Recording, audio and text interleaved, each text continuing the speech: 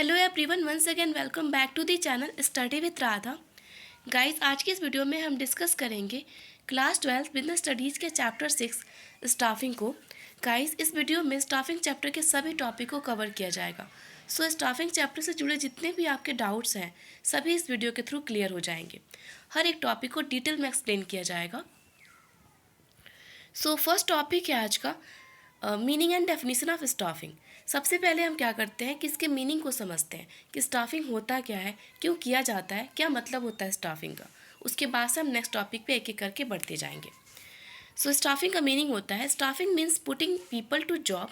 It begins with human resource planning and include different other function like recruitment, selection, training, development, promotion and performance appraisal of work force need. यानी staffing का मतलब होता है job के लिए लोगों को रखना।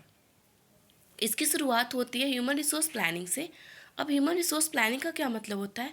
ह्यूमन रिसोर्स प्लानिंग का मतलब होता है estimation of man power planning.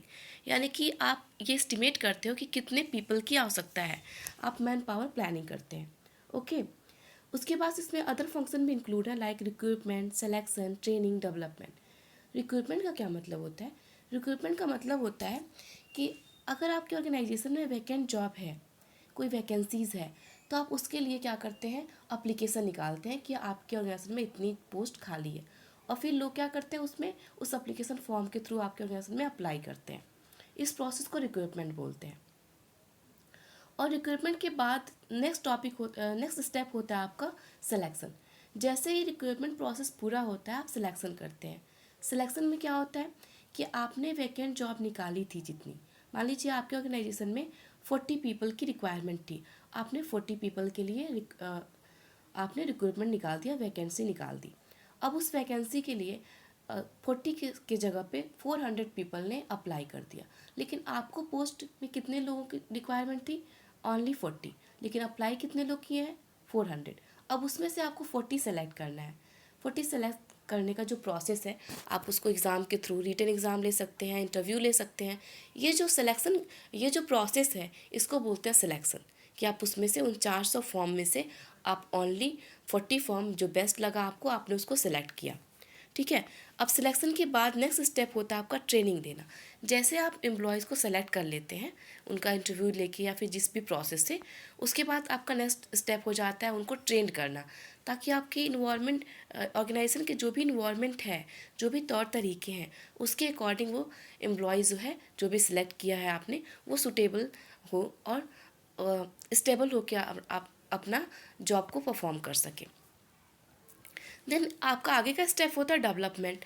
आप एम्प्लॉय को डेवलपमेंट, उसके विकास की बात करते हैं कि आपने एम्प्लॉय को हायर किया है, उसकी ट्रेनिंग दिया, वो काम कर रहा है, तो आपका रिस्पॉन्सिबिलिटी बनता है उसके करियर को ग्रोथ करना, उसे प्रमोशन देना, यानी अदर चीज़ें करना। जॉब परफॉर्मेंस अप्रेजल का मतलब क्या होता है? परफॉर्मेंस अप्रेजल का मतलब होता है जो भी वो परफॉर्म कर रहा है वर्क को, उसको एनालाइज करना। ठीक है। देन नेक्स्ट टॉपिक है आपका needs and importance of staffing. कि स्टाफिंग की नीड्स क्या होती है, इंपॉर्टेंस क्यों होती है, क्यों इंपॉर्टेंट होता है ऑर्गेनाइजेशन में स्टाफिंग करना, या फिर क्या नीड होती है इसकी। तो सबसे पहला आपका बता रहा है ऑब्टेनिंग कम्पीटेंट पर्सोनल। योग्य कर्मचारियों को ऑब्टेन करने के लिए, उनको प्राप्त करने के लिए।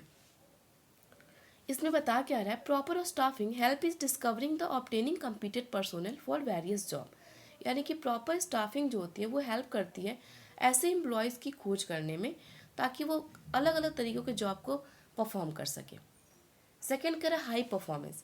हाई परफॉर्मेंस का मतलब उच्च लेवल का काम करना।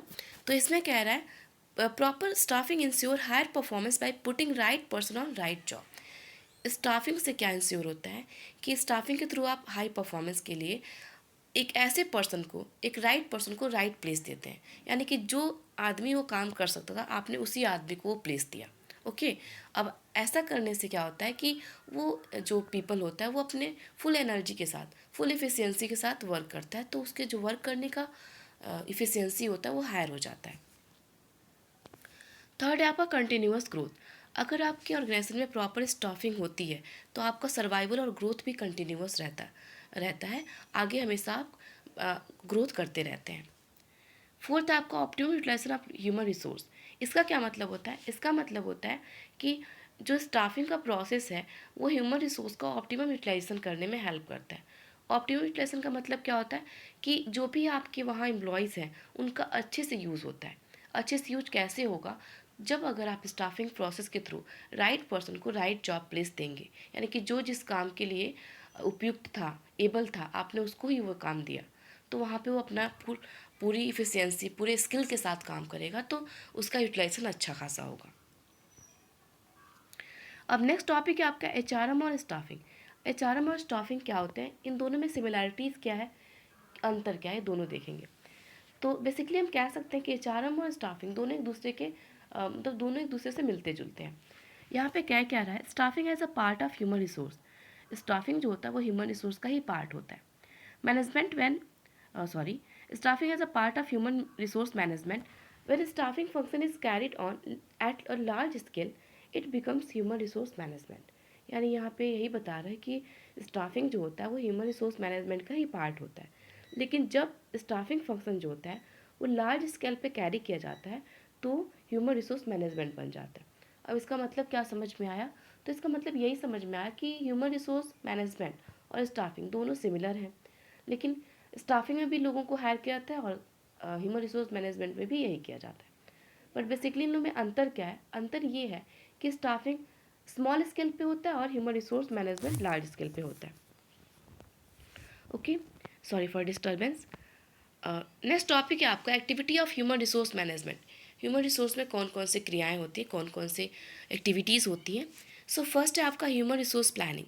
सबसे पहला स्टेप होता है ह्यूमन रिसोर्स प्लानिंग करना, यानी कि मैन पावर प्लानिंग करना कि कितने आदमियों की रिक्वायरमेंट है।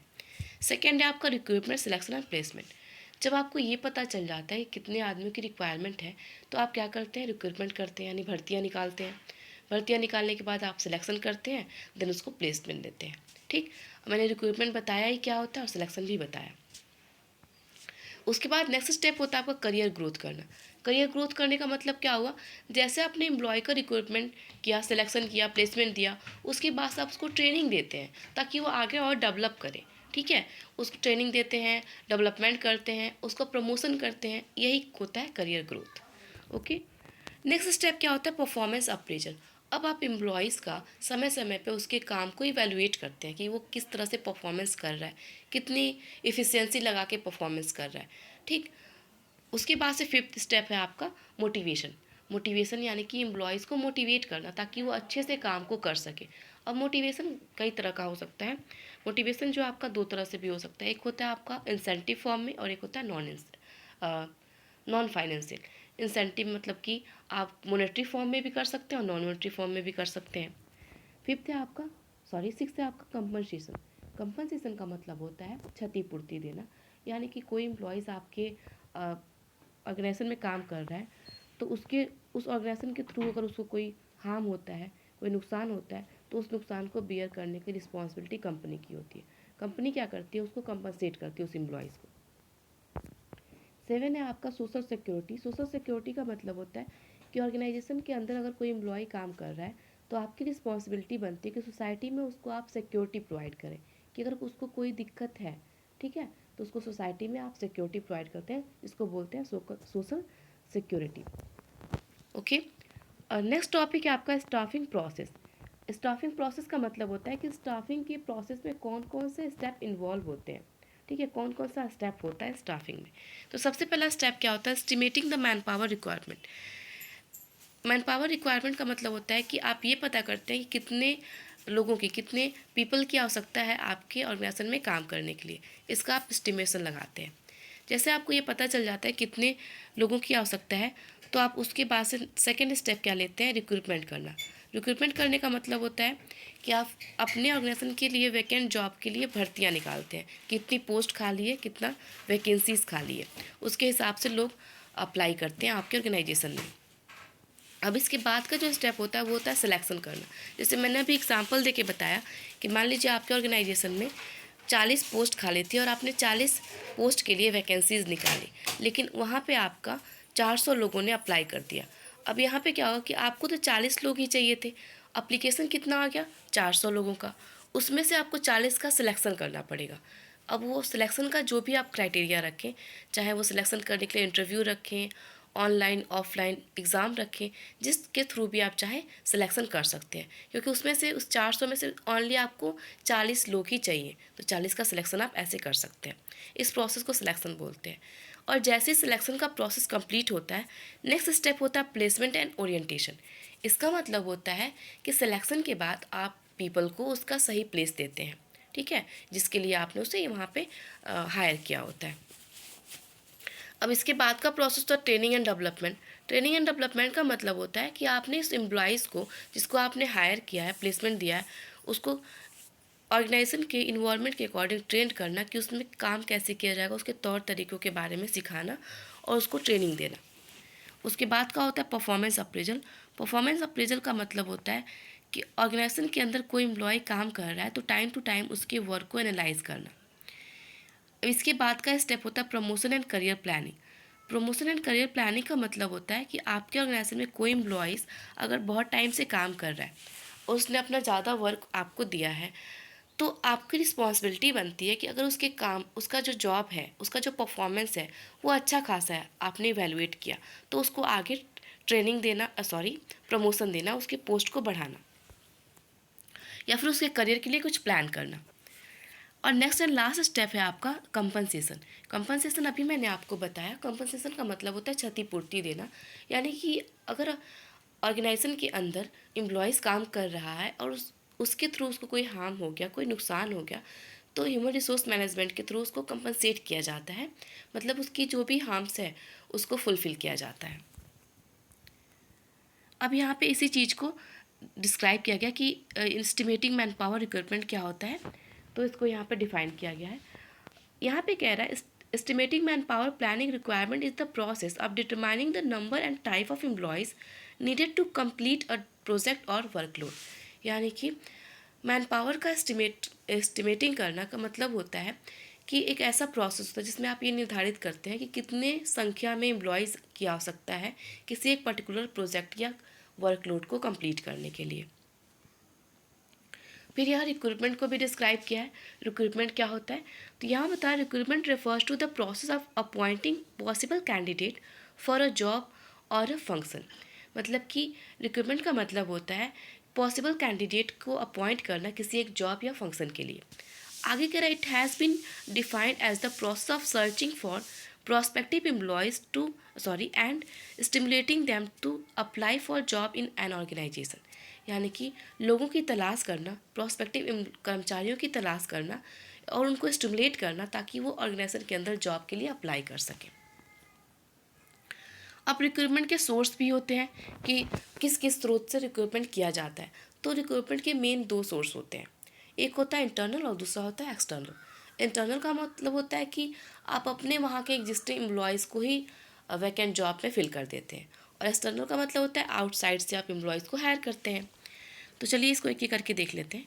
यहाँ पे इंटरनल सोर्स का मतलब बता रहा है under internal source of recruitment the vacant job position are filled by the inducing the existing employees of the organisation. यानी कह क्या रहा है कि इसका मतलब होता है इंटरनल रिक्रूटमेंट का मतलब कि इसमें वैकेंट जॉब पोजीशन जो होती है उसको एग्जिस्टिंग एम्प्लॉय के थ्रू ही क्या किया जाता है, फिल किया जाता है। यानी आपके ऑर्गेनाइजेशन के अंदर ही बहुत सारे एम्प्लॉयज़ काम करते हैं, तो कोई पोस्ट अगर खाली हुई तो उसी एम्प्लॉय को प्रमोट करके उस पोस्ट पे शिफ्ट कर देना, ठीक है।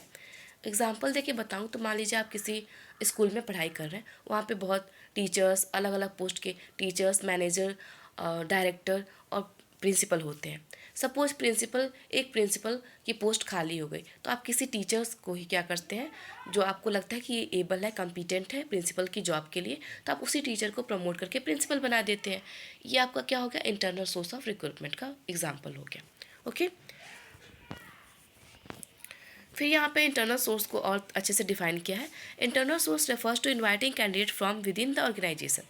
मतलब कि इंटरनल सोर्स का मतलब होता है कि अपने ऑर्गेनाइजेशन के अंदर से ही कैंडिडेट को इनवाइट करना। ओके, इसके कुछ मेन सोर्स भी हैं किस तरह से किया जाता है एग्जिस्टिंग एम्प्लॉयज़ को, लाइक ट्रांसफ़र करके भी कर सकते हैं, प्रमोशन करके भी कर सकते हैं और ले ऑफ करके भी कर सकते हैं। सो यहाँ पे आप ट्रांसफ़र का मतलब तो जानते हैं, प्रमोशन का मतलब भी जानते हैं। ले ऑफ क्या होता है ये मैं समझा दे रही हूँ। यहाँ पे ले ऑफ का मतलब बताया to recall the temporary worker for work is called lay off. जब आप किसी वर्क के लिए टेम्परेरी वर्कर को हायर करते हैं किसी पर्टिकुलर काम को करने के लिए, तो उसको बोलते हैं ले ऑफ। ओके, उसके बाद से कह रहा है एक्सटर्नल सोर्स क्या होता है। एक्सटर्नल सोर्स का रिक्रूटमेंट का मतलब होता है when the candidate from outside the organisation are invite to fill the vacant job position, then it is known as external recruitment. जब आप किसी कैंडिडेट को आउटसाइड ऑर्गेनाइजेशन के आउटसाइड से इन्वाइट करते हैं ऑर्गेनाइजेशन के अंदर के वैकेंट जॉब पोजीशन को फिल करने के लिए, तो उसको आप बोलते हैं एक्सटर्नल रिक्रूटमेंट। ठीक, यानी कि संगठन के बाहर से आपने एम्प्लॉयज़ को बुलाया अपने वहाँ अंदर की जॉब को फिल करने के लिए, तो इस प्रोसेस को आप बोलते हैं एक्सटर्नल रिक्रूटमेंट। ये कई तरीक़ों से होता है। सबसे पहले यहाँ बता रहा है डायरेक्ट रिक्रूटमेंट। डायरेक्ट रिक्रूटमेंट का मतलब होता है कि आप क्या करते हैं, डायरेक्टली नोटिस बोर्ड पे पूरा आप लगा देते हैं, एक नोटिस लगा देते हैं कि आपके वहाँ इस कैंडिडेट इतनी पोस्ट खाली है और इसके लिए एलिजिबिलिटी क्या चाहिए। तो उस नोटिस बोर्ड को पढ़ के लोग क्या करते हैं, अगर कोई एलिजिबल होता है या उस एलिजिबिलिटी को फाइंड करता है तो उसमें वो अप्लाई करता है। दूसरा है कैजुअल कॉलर। कैजुअल कॉलर का मतलब होता है कि जब कोई ऑर्गेनाइजेशन होती है जो रेपुटेटेड होती है, तो उसके पास पहले से कुछ डाटा रखती है वो अप्लीकेंट्स का, और वो जब उसके पास पोस्ट खाली होती है तो उस डेटा के थ्रू क्या करती है, वो एम्प्लॉयज़ को बुलाती है। जैसे एग्जांपल देके बताया तो मान लीजिए मैंने बताया कि रिक्रूटमेंट क्या करते हैं, आप भर्तियाँ निकालते हैं। जैसे आपके ऑर्गेनाइजेशन में 50 जॉब खाली थी, 50 सीट्स खाली थे, 50 पोस्ट थी, तो आपने उसके लिए क्या किया, रिक्रूटमेंट निकाला, वैकेंसी निकाली, और उस 50 जॉब के लिए आपके वहाँ पोस्ट कितनी खाली थी, 50, और आपने जब वैकेंट जॉब निकाली तो उस पर अप्लीकेशन फॉर्म कितना आ गया, 100 आ गया, लेकिन आपको एग्जैक्ट में सिलेक्शन कितना करना था, 50 करना था। तो 50 सिलेक्शन करने के बाद आपके पास 50 लोग और बच जाएंगे, क्योंकि आपके पास जो अप्लीकेशन फॉर्म आया था वो 100 आ गया था, लेकिन जो अप्लीकेशन फॉर्म आया था जितने भी लोगों का डाटा था आपके पास वो डाटा रखा रहेगा। ठीक है, अब आप उसमें से 50 लोगों को हायर किए, बाकी 50 लोगों को आप क्या करते हैं, वापस करते हैं। ठीक है, अब वो जो 50 लोग को आपने रिटर्न किया, उन 50 लोगों का डाटा आपके पास रहता है। फिर फ्यूचर में अगर आपके ऑर्गेनाइजेशन में कोई जॉब वैकेंट होती है, कोई सीट खाली होती है, तो आप उन 50 लोगों को जिनका डाटा आपके पास था उनको दोबारा से कॉल करके बुलाते हैं। इसी प्रोसेस को बोलते हैं कैजुअल कॉलर।